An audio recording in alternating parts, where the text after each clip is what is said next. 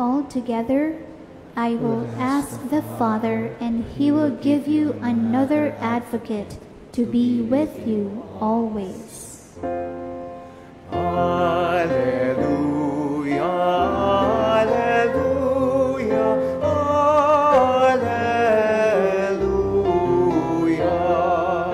alleluia, alleluia, alleluia.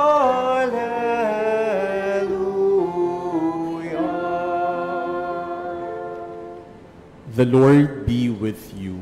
And with your spirit. A reading from the Holy Gospel according to John. Glory to you, O Lord. Jesus said to his disciples, I have much more to tell you, but you cannot bear it now. But when he comes, the Spirit of truth, he will guide you to all truth.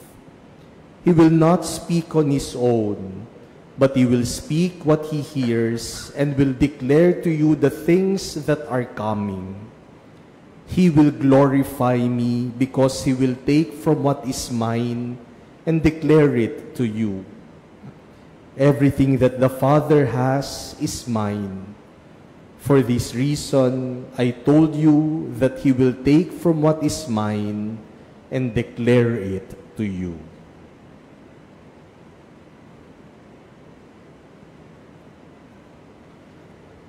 The Gospel of the Lord. Praise to you, Lord Jesus Christ.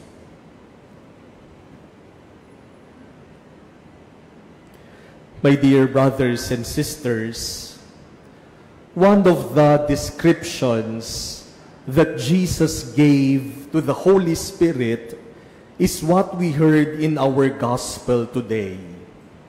Jesus describes the Holy Spirit as the Spirit of truth. Ang Espiritu Santo ay Espiritu ng katotohanan. And Jesus tells us why. The Holy Spirit is the Spirit of truth because according to Jesus, He will guide us to all truth. Ang Espiritu Santo, ang Espiritu ng Diyos, ang siyang gagabay sa atin sa katotohanan. He will guide you to all truth. The Holy Spirit is the Spirit of truth because He will speak only about Jesus. And Jesus is the way, the truth, and the life.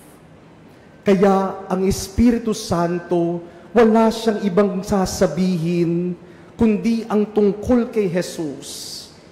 Wala siyang ibang ipapaalala sa atin kundi ang mga salita, ang mga gawa ni Jesus. At si Jesus ang katotohanan. Kaya ang Espiritu Santo ay Espiritu ng katotohanan.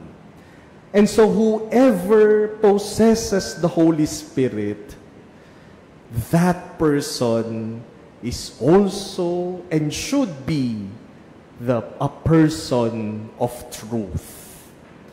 That person does not deceive. That person possessed by the Spirit does not lie. That person always speaks the truth and lives in the truth. In our first reading today, Paul reached Athens in Greece. And Paul made a very powerful preaching in the Areopagus. You know, Athens is well known as the center of culture, philosophy, and intellectual capacities of the people of those times. And so Paul was speaking before intellectuals. And very obvious in the preaching of Paul in the Areopagus in Athens was his powerful words. It is very obvious that as Paul preached, he was empowered by the Holy Spirit. And as he was preaching, there was only one message that he relayed to the Athenians: Jesus. Jesus. The words of Jesus, the acts of Jesus. Because that is the only truth that Paul, as a missionary and as a preacher, communicated. The truth, who is Jesus. And take note, my dear brothers and sisters, that even if the people who were listening to Paul were philosophers, intellectuals, Paul did not twist the truth in order for him to be accepted. Hindi niya tinwist yung tungkol kay Jesus para lamang tanggapin siya at paniwalaan siya. Sinabi niya kung ano yung totoo tungkol kay Jesus. He was not concerned about persecution or about being rejected. He simply proclaimed what is true, even if there was a danger of rejection and persecution. He did not try to make the truth look pleasant in order to gain praise and acceptance. He simply said the truth. And some people believed him, others, many others, did not. My dear brothers and sisters, the Spirit, the Holy Spirit, is the Spirit of truth. And whoever is possessed by the Holy Spirit should become a person of truth. But let us not forget, my dear brothers and sisters, when we were baptized, we became the temples of the Holy Spirit. Nung tayo'y binyagan, ang biyayang ibinigay ng Diyos sa atin ay maging templo, tahanan ng Espiritu Santo. Sa atin nananahan ang Espiritu Santo. Ang Espiritu Santo na katotohanan. Kaya ang bawat Kristiyano, ang bawat bininyagan, ang bawat pinananahanan ng Espiritu Santo ay tao ng katotohanan. It is a paradox for a Christian who is the temple of the Holy Spirit to be a liar. Isang napakalaking kabalintunaan na tayo ay Kristiyano, tayo ang tahanan ng Espiritu Santo na katotohanan, pero nagsasalita tayo ng kasinungalingan at nabubuhay tayo sa kasinungalingan at pagpapanggap. Hindi consistent sa pagiging Kristiyano ang panloloko. Hindi consistent sa pagiging Kristiyano ang pagsisinungaling. Hindi consistent sa pagiging Kristiyano ang pagpapanggap. Hindi consistent sa pagiging Kristiyano ang paniniwala sa kasinungalingan. Dahil tayo'y templo ng Espiritu Santo ng katotohanan, magsalita, mabuhay, at mag-ugali ng katotohanan. It is sad, my dear brothers and sisters, that we are living in a society where there is a crisis of truth. Krisis ng katotohanan. We are experiencing a crisis of truth because many people believe in lies more than the truth.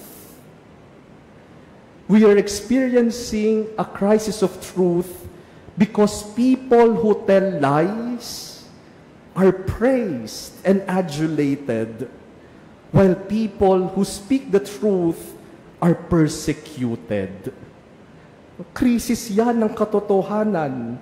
Yung mga wala ng sinabi kundi pagsisinungaling, pinapalakpakan. Pero yung mga nagsasabi ng totoo, pinagdududahan. We're experiencing a crisis of truth because the truth now is determined by the majority. Kapag maraming nagsasabi na tama yan, tama na yan. Kahit nakasalanan, immoral at illegal pa yan. The truth now is determined by the number of likes, by the number of shares, by the number of followers. Sasabihin natin, o tingnan mo, ang daming nag-like. Totoo yan. O tingnan mo, ang daming nag-views. Totoo yan. It is already determined by the majority.